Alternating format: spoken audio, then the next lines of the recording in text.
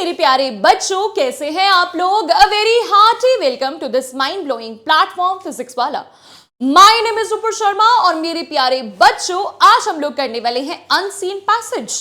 Unseen passage यानी कि आपका रीडिंग कॉम्प्रिहेंशन। क्वेश्चन नंबर 4 आपकी लैंग्वेज का पेपर, जो कि सबसे पहला पेपर आपका होने वाला है, उसका 4th क्वेश्चन। जब आपके सारे नोटिस ईमेल वगैरह हो जाते हैं, उसके बाद आपको एक प्यारा सा क्वेश्चन आता है रीडिंग कॉम्प्रिहेंशन का। अब क्योंकि आपके एग्जाम्स आने वाले हैं, आज योर एग्जाम्स आर अप्रोचिंग, तो आप लोगों के मन में बहुत तरह के डर हैं और रीडिंग कॉम्प्रिहेंशन पैसेज को लेकर भी कुछ बच्चों के मन में डर रहता है कि मैम इसे हम लोग कैसे करें। अच्छा, कुछ बच्चे अच्छे तरीके से कर भी लेते हैं इसे, लेकिन टाइम कंज्यूमिंग है ये थोड़ा सा। तो आज मैं आपको कुछ ऐसे टिप्स एंड ट्रिक्स देने वाली हूं जिससे आप अपने टाइम को बचा सकते हैं, ठीक है? क्योंकि भाई लैंग्वेज के पेपर की अगर हम लोग बात करें तो what we have to do, we not only have to do the paper, attempt the paper very wisely और बहुत ज्यादा smartly, but yes we also have to save our time. तभी तो हम लोग बोलते हैं ना कि स्मार्टली अटेम्प्ट करना है पेपर को। सिर्फ ये नहीं है कि बस करना है अच्छे तरीके से, कोई मिस्टेक नहीं करनी है, वो सब बातें हैं, बट स्मार्टली कैसे करें? वो कहते हैं ना कि भाई एक होता है वर्क हार्डर और एक होता है वर्क स्मार्टर। हार्ड वर्क कर रहे हो आप लोग, स्मार्ट वर्क कैसे करना है उसके लिए आपको कुछ ट्रिक्स की जरूरत है। कुछ टिप्स एंड ट्रिक्स आज की इस वीडियो में मैं आप लोगों को देने वाली हूं जो कि रिलेटेड है अनसीन पैसेज से। तो किसकी प्रिपरेशन आज हम लोग करने वाले हैं बच्चों? तो आपकी क्वेश्चन नंबर 4 की 9th के बच्चे, 10th के बच्चे इसे इजीली देख सकते हैं। इनफैक्ट क्लास 8th के बच्चे भी इसे देख सकते हैं, इन टिप्स एंड ट्रिक्स को फॉलो कर सकते हैं, क्योंकि ये बहुत ही अमेजिंग टिप्स जो है मैं आपको देने वाली हूं। तो सबसे पहले ना, मैंने आपको शायद पहले भी कहा था और आप लोगों को याद होगा ये बात कि किसी भी चीज को समझने के लिए कि उसमें हमें करना क्या है, उसकी डेफिनेशन को समझ लेना चाहिए।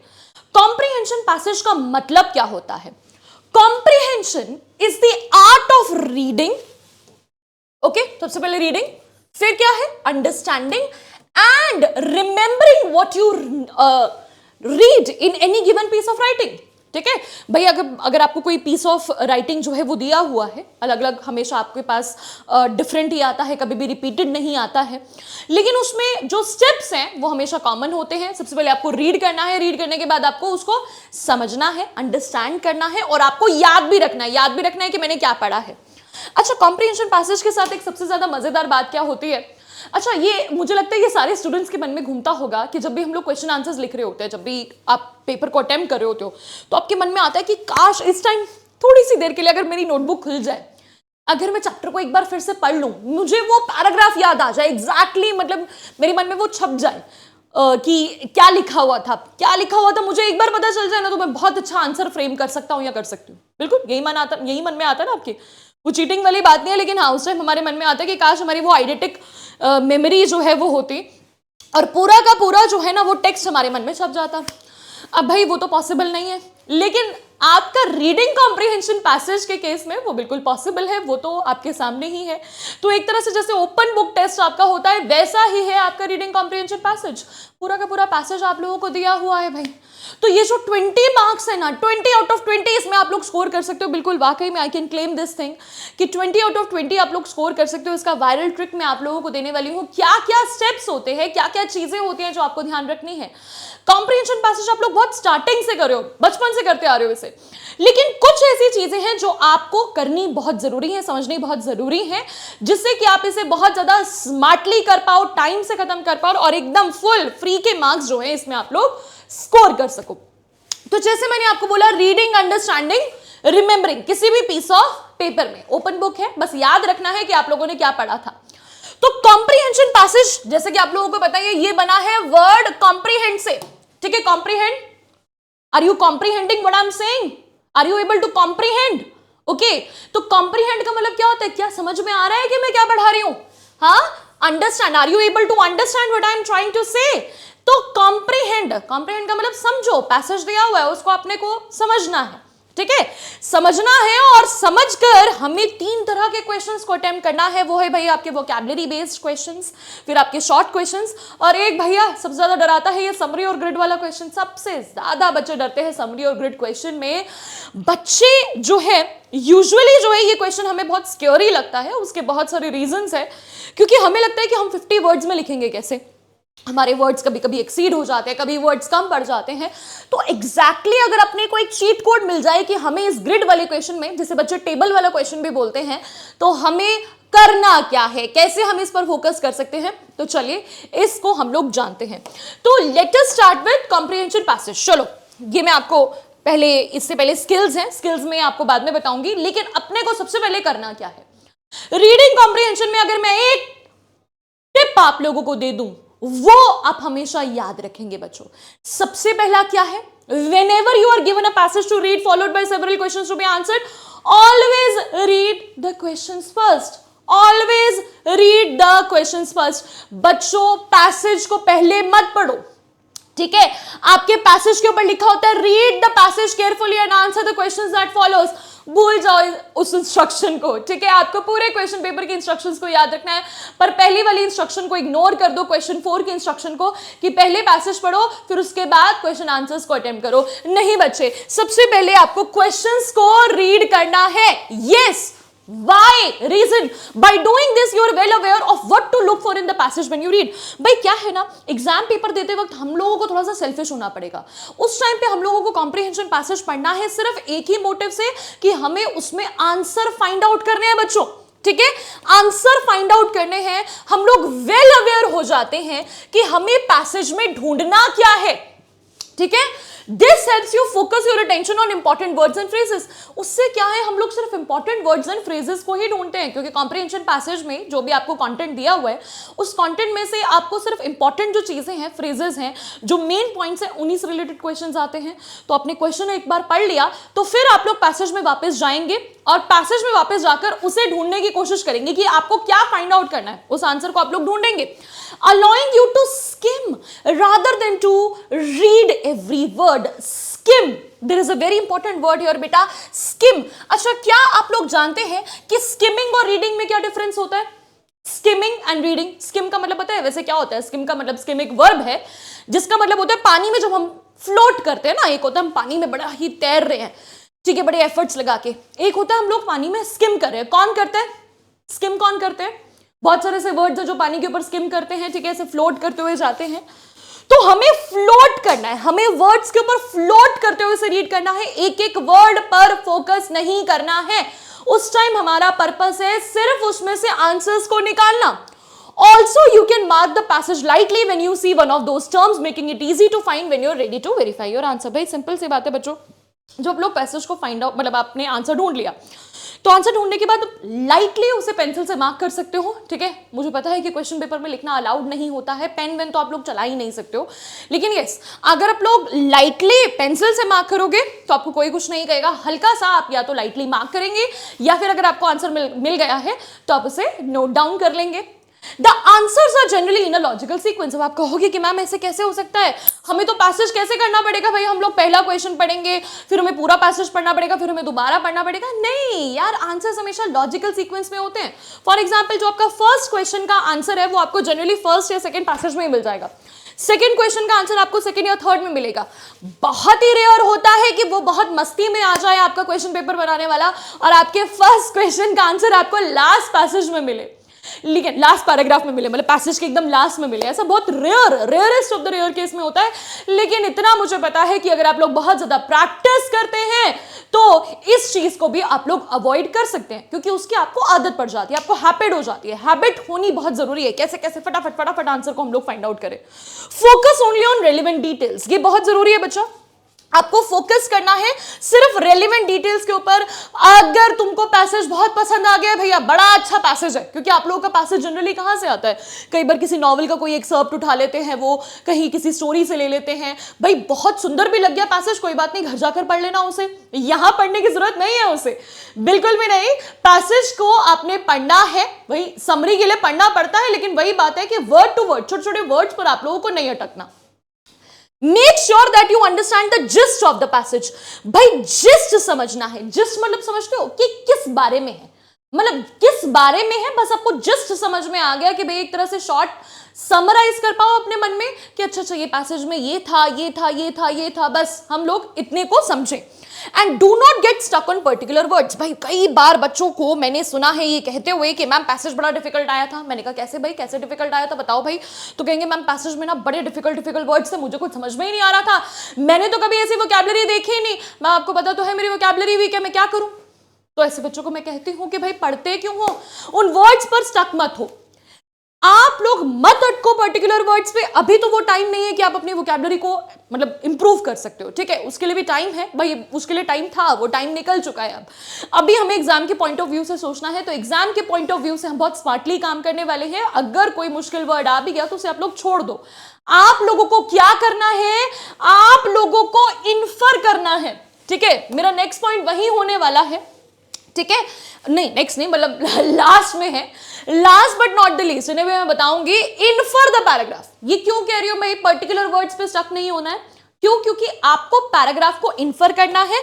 इन्फर वर्ड बड़ा जरूरी है जब हम लोग कॉम्प्रिहेंशन पैसेज को करते हैं।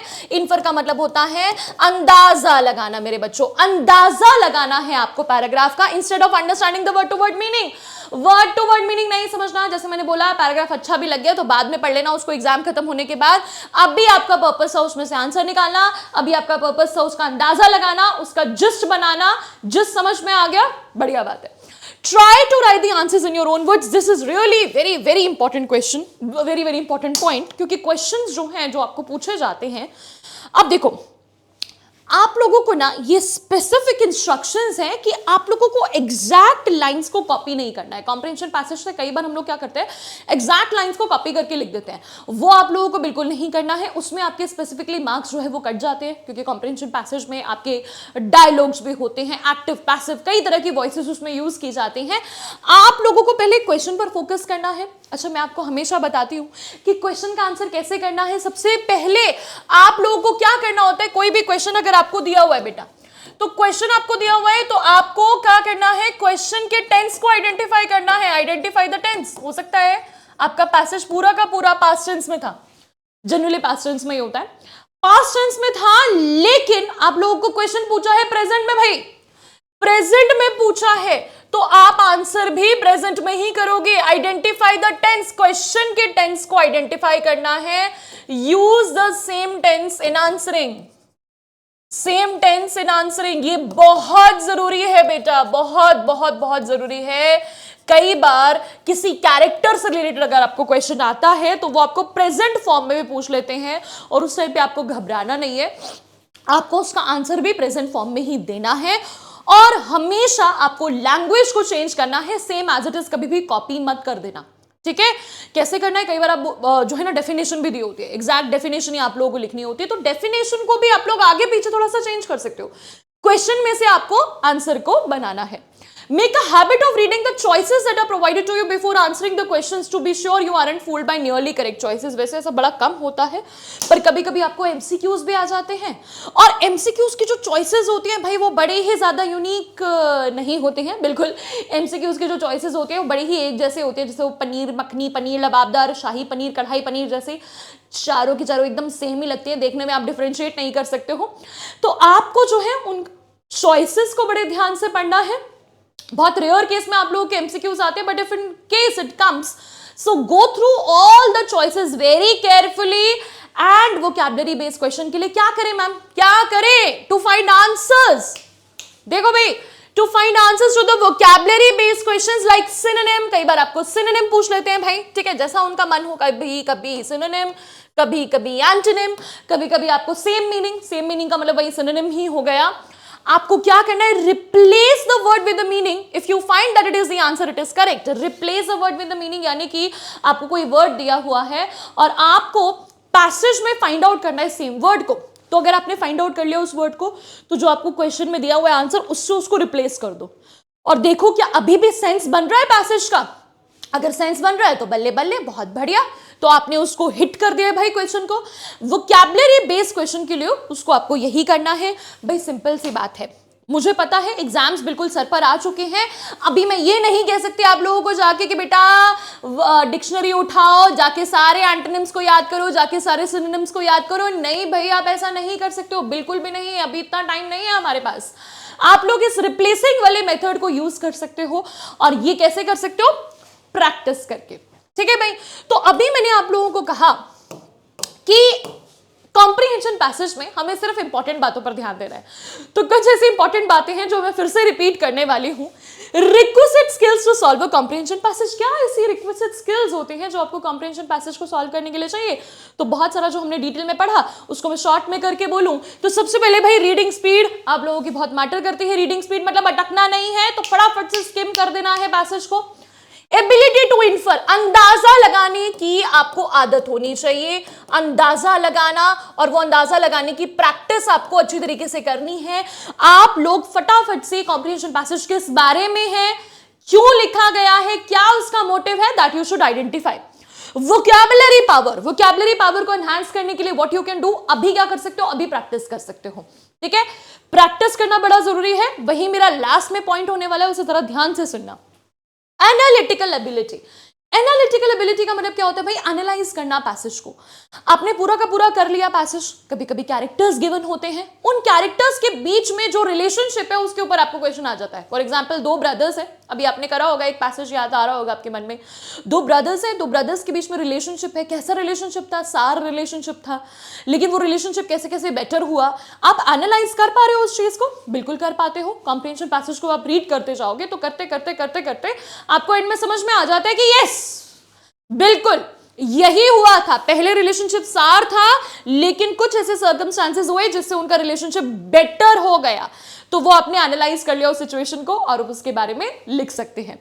Ability to understand the main motive और the idea of the author. भाई आइडिया क्या था, मेन मोटिव क्या था ऑथर का इसको, इस पीस को लिखने के पीछे? भाई ये पैसेज जो है किस बारे में है? Is it about the relationship between the two brothers and how the relationship was मेंडेड, कैसे वो मेंड हुआ रिलेशनशिप? ठीक है, जैसे मैंने आपको एक एग्जांपल दिया कि दो ब्रदर्स के रिलेशनशिप पर है। कई बार आपको पैसेज आता है जो कि थोड़ा सा एब्रप्टली स्टार्ट होता है। ठीक है, कहीं से भी स्टार्ट होता है, नॉवल या स्टोरी में एब्रप्टली स्टार्ट हो रहा है, एंडिंग जो है वो भी कई बार आपको एब्रप्ट लगती है, लेकिन yes, if you read the passage तो आपको समझ में आ जाएगा कि एटलीस्ट अगर ये चलो किसी स्टोरी से लिया भी हुआ है तो स्टोरी के इस पर्टिकुलर सेक्शन में क्या हो रहा है उतना आप लोग समझने की कोशिश करो। बाकी की स्टोरी के बारे में you do not get bothered. Okay, आप ये मत सोचो कि अच्छा यार ये स्टोरी मैंने फॉर एग्जाम्पल गुलिवर ट्रैवल से उठा लिया हूं। वैसे तो ये बहुत सिंपल एग्जाम्पल है, गुलिवर ट्रैवल से आपको आएगा नहीं, पर हाँ अगर आपको लिया भी गया है तो आप ये मत सोचो उस टाइम पे कि मैंने यार ये तो पढ़ी ही नहीं है नॉवल, ये तो थोड़ा सा उसका पोर्शन है। बस उस थोड़े से पोर्शन पर फोकस करो कि भाई वो कहना इस वाले पोर्शन में क्या मेन मोटिव है उसका, क्या आइडिया है ऑथर का इसका लिखने के पीछे। Retaining information and being able to recall it when examined, तो रिटेन करना उस इंफॉर्मेशन को, अपने दिमाग में रिटेन करके रखना, और रिकॉल करना, रिकॉल यानी कि याद रखना। भाई ये तो आप करते ही हो, कितने अच्छे तरीके से करते हो। सारे चैप्टर्स, सारे पोएम्स आप लोग पढ़कर जाते हो, पूरा आपने ड्रामा पढ़कर गए हो और उसके ऊपर बेस्ड आप लोग बड़े आराम से क्वेश्चन आंसर्स लिख देते हो। यहां तो पैसेज आपके सामने ही, आप कभी भी जाकर उसमें से हेल्प ले सकते हो और आप आंसर्स को फ्रेम कर सकते हो। लेकिन यस, टाइम सेव करने के लिए अपने को क्या करना है, क्वेश्चंस को पढ़ना है, फिर पैसेज को जाकर आप लोगों को सॉल्व करना है। अब आता है भाई सबसे ज्यादा परेशान करने वाला पोर्शन, दैट इज समरी या फिर ग्रिड वाला पोर्शन। क्या करना है उसके लिए आप लोगों को? देखो भाई, अभी तक आप लोग पैसेज को एक बार पढ़ चुके हो, तो 12 मार्क्स का आपने पेपर सॉल्व कर लिया। भाई कभी भी ग्रिड वाले क्वेश्चन को पहले मत करना, पहले आप लोगों को क्वेश्चन आंसर्स को सॉल्व करना है। जब आपने 12 मार्क्स का पेपर कर लिया ऑलरेडी, तो उसके बाद आप एक बार तो पैसेज को पढ़ ही चुके हो। एक बार क्या मतलब 2 या 3 बार भी आपने स्किमिंग तो कर ही ली होगी आंसर्स को फाइंड आउट करने के लिए।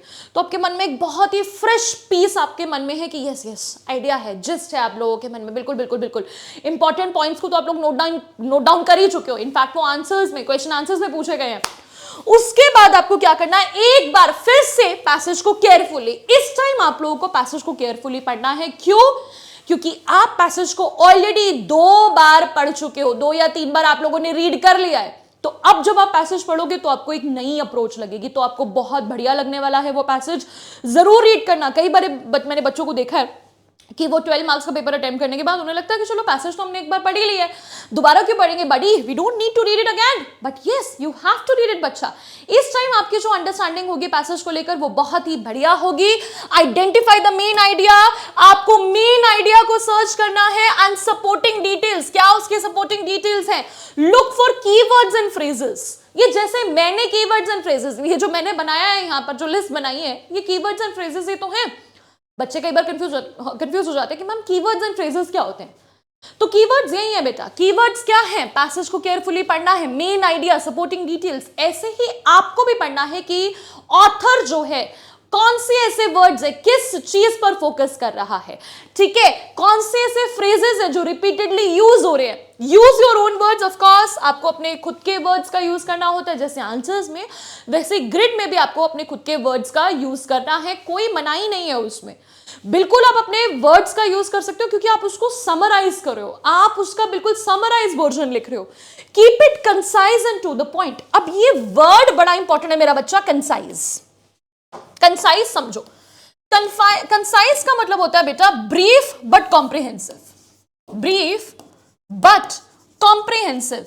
ये एक ऐसी स्किल है मेरे बच्चों जो कॉम्प्रिहेंशन पैसेज में आपको बहुत हेल्प करती है, समरी राइटिंग में आपको हेल्प करती है कि कैसे हम अपनी बात को छोटे में कहें बट कॉम्प्रिहेंसिव तरीके से कहें। हम लोग बोलते हैं ना, कई लोगों के में ऐसी स्किल होती है जो थोड़े में ही बहुत कुछ कह जाते हैं, तो थोड़े में ही बहुत कुछ कहना, इस स्किल को आप लोग बहुत अच्छे से यूटिलाइज कर सकते हो। इस स्किल को आप लोगों को, आपके अंदर है ये already, this is a skill that you have but you have to polish it. Practice writing summaries, और ये कैसे कर सकते हो, ऑफ कोर्स ढेर सारी प्रैक्टिस करके। भाई बच्चों के साथ क्या होता है, बच्चों के साथ होता है मेनली कि वो लोग कॉम्प्रिहेंशन पैसेज साल में सिर्फ 4 बार करते हैं, सिर्फ 4 बार। कॉम्प्रिहेंशन पैसेज हो गया, समरी हो गया, कब करते हैं, एक बार तो जब टीचर कराती है, एक बार जब नुपुर मैम कराते हैं, एक बार आप लोग जब मिड टर्म के एग्जाम्स होते हैं, मतलब आपका टेस्ट वेस्ट हो गया तब कर दिया, और एक बार फाइनल, बस 4 बार, चलो 5 बार हद मार के। उसके अलावा कॉम्प्रिहेंशन पैसेज आप लोग करते ही नहीं हो। बहुत रेयर मैंने किसी बच्चे को देखा है जो कहेगा मैम मैंने कॉम्प्रिहेंशन पैसेज की प्रैक्टिस करी। बच्चे कहेंगे मैम टाइम ही नहीं है, मैम टाइम ही नहीं है, मैम मैंने राइटिंग स्किल्स की प्रैक्टिस कर ली, ग्रामर के भी आपने कहा था तो ग्रामर की भी प्रैक्टिस कर ली, तो 4 क्वेश्चन कर लिए, ठीक है, 2 एक्सरसाइजेस कर ली। बच्चे सोचते हैं इतना प्रैक्टिस बहुत है, बट कॉम्प्रिहेंशन पैसेज की भी आपको प्रैक्टिस करनी पड़ती है, चाहे आपके कितने भी अच्छे मार्क्स आते हो। बच्चे कहेंगे मैम 18, 19 हमारे अच्छे मार्क्स आ जाते हैं, आ जाते हैं, ठीक है, लेकिन क्या आप टाइम सेव कर रहे हो उसमें? अब जितना ज्यादा उसे प्रैक्टिस करोगे उतना ही ज्यादा आप लोग स्किल्स में बेटर होते जाओगे, उतनी ही क्विकली आप लोग क्वेश्चंस को सॉल्व कर पाओगे, ठीक है भाई। तो आती हूं मैं अपनी लास्ट पॉइंट पर कि एलिमेंट्स क्या क्या रिक्वायर्ड होते हैं। जैसे कि अभी मैंने जो भी बातें कही उसमें मैंने कुछ कीवर्ड्स को ढूंढा और यहां लिख मारा कि ब्रीफ इंट्रोडक्शन, ब्रीफ इंट्रोडक्शन चाहिए भाई, छोटी सी इंट्रोडक्शन। क्या लिखना है आप लोगों को अपने समरी में, ऑथर का मेन आइडिया आपको जरूर मेंशन करना है, की टर्म्स को यूज करना है, ठीक है, क्लैरिटी होनी चाहिए, क्लियर होना चाहिए भाई, अगर उसने क्या बोला है तो वो क्लियर होना चाहिए, कंसाइजनेस होनी चाहिए भाई, मैंने आपको बोला briefly but comprehensively, consistency with original tone, जो आपकी ओरिजिनल टोन है। ओरिजिनल टोन का मतलब यहां पर है कि अगर आपकी टोन एक्सप्लेनेटरी है, आप एक्सप्लेन कर रहे हो कि मैंने जैसे वही ब्रदर्स के रिलेशनशिप वाला बोला, मुझे लगता है जो बच्चों ने स्पेसिमेन पेपर्स को, प्रीवियस ईयर पेपर्स को अच्छे तरीके से किया है, या फिर कॉम्प्रिहेंशन पैसेज जो मैंने आपको कराए हैं, तो आपको वो टॉपिक याद होगा। आप लोगों के प्री बोर्ड्स में भी आया बहुत सारे बच्चों के, 2 भाई हैं, दोनों के बीच में रिलेशनशिप है, कैसा था, पहले खराब था फिर बेटर हो गया। तो क्या कैसे शुरुआत किया कि 2 भाई थे, दोनों के बीच में रिलेशनशिप जो है वो खराब हुआ, ठीक है, अच्छा नहीं था। देन क्या हुआ, देन एक सिचुएशन हुई, एक ऐसा एक्सीडेंट हुआ, एक्सीडेंट क्या मतलब एक ऐसा इंसिडेंट हुआ जिससे एक ब्रदर जो है ही वाज हॉस्पिटलाइज्ड, वो बीमार था। बीमार होने के बाद क्या हुआ, उनका रिलेशनशिप जो एंड में बेटर हो गया, बस खत्म हो गई वो कहानी, ठीक है। तो इस पैसेज में हम लोगों ने क्या देखा, उस पैसेज में बहुत सारी और भी बातें दी गई थी कि जो एक भाई है उनमें से जो हॉस्पिटलाइज था, जब उसकी डेथ से पहले उसकी बहुत मतलब वो उसके प्रोफेशन के बारे में लिखा हुआ था, उसकी फैमिली के बारे में लिखा हुआ था, उसके जो स्टूडेंट्स है उसे लेकर कितना फोकस है उसके बारे में लिखा हुआ था, पर हम लोगों ने समरी में उस चीज को नहीं लिखा। क्यों नहीं लिखा? क्योंकि समरी का मेन आइडिया क्या था? समरी में जो ऑथर का था, ऑथर का मेन आइडिया अपने को लिखना होता है। मेन आइडिया ये था दो रिलेशनशिप कैसे बेटर हुआ। तो हम लोग समरी में सिर्फ वही बात लिखेंगे क्योंकि हमारे पास सिर्फ 50 वर्ड्स ही हैं। उन 50 वर्ड्स में हम लोग सिर्फ इसी चीज को एक्सप्लेन कर पाएंगे। और एंड में कंक्लूजन ड्रॉ करना बहुत जरूरी है। कंक्लूजन यानी कि conclusively what was the author trying to say, and title तो इंपॉर्टेंट है ही, तो टाइटल तो आप लोगों को लिखना ही है। तो ये है एलिमेंट्स आपकी समरी के जो कि आप लोगों को यूज करने हैं। और सबसे बेस्ट तरीका इसको करने का क्या होता है? वो है प्रैक्टिस। भाई जितना मर्जी मैं आप लोगों को टिप्स दे दूं, जितनी भी बातों को आप लोग सोच लो, पढ़ लो, कोई बात आप लोगों को नहीं समझ में आएगी जब तक आप लोग प्रैक्टिस नहीं करोगे। प्रैक्टिस के लिए क्या क्या बुक्स की आपको जरूरत है तो ये आप लोगों का पता है भाई। आईसीएसई की बुक्स जिन भी बच्चों ने परचेज की है, बहुत सारे बच्चे मुझे बताते हैं कि हम लोगों ने बुक्स को परचेज किया है, उसमें आपको कॉम्प्रिहेंशन पैसेजेस गिवन है, उसमें आपको प्रैक्टिस के क्वेश्चंस दिए हुए हैं। बच्चों को स्कूल से भी बहुत सारे प्रैक्टिस पेपर्स मिलते हैं। और सबसे अच्छी बात यह है कि आप लोगों का लिटरेचर का सिलेबस बदला है, लैंग्वेज का तो सेम ही सिलेबस है, 9th में भी वही था, 10th में भी वही है। तो प्रीवियस ईयर पेपर्स को आप लोग अच्छे से प्रैक्टिस करेंगे बेटा। कम से कम जैसे आप लोग करते हो ना, जैसे मैं बच्चा आपको बोलती हूँ कि आप 10 साल के ग्रामर के क्वेश्चंस को करो, मतलब लिटरेचर के तो आप लोग नहीं कर पाओगे, आपका सिलेबस चेंज हुआ 10th का। लेकिन हाँ, बाकी लैंग्वेज का सेम ही पेपर है, जितना भी कर पाओ एटलीस्ट कितने क्वेश्चंस करोगे, कितने करोगे? जनवरी चल रहा है, फरवरी में तो एग्जाम्स ही हैं, हमारे पास महीना भी नहीं है अभी, तो 1 मंथ भी नहीं है, 1 मंथ है बस। कैसे करेंगे? 1 मंथ में कितनी प्रैक्टिस करनी है? सिर्फ 5 पैसेजेस की आपको प्रैक्टिस करनी है, 5 समरीज आपको प्रैक्टिस करनी है। That would be sufficient. एक हफ्ते में एक, पर वीक आप लोग एक कॉम्प्रिहेंशन पैसेज और एक ग्रिड वाला क्वेश्चन करोगे और सॉल्यूशन को बहुत अच्छे तरीके से एनालाइज करोगे।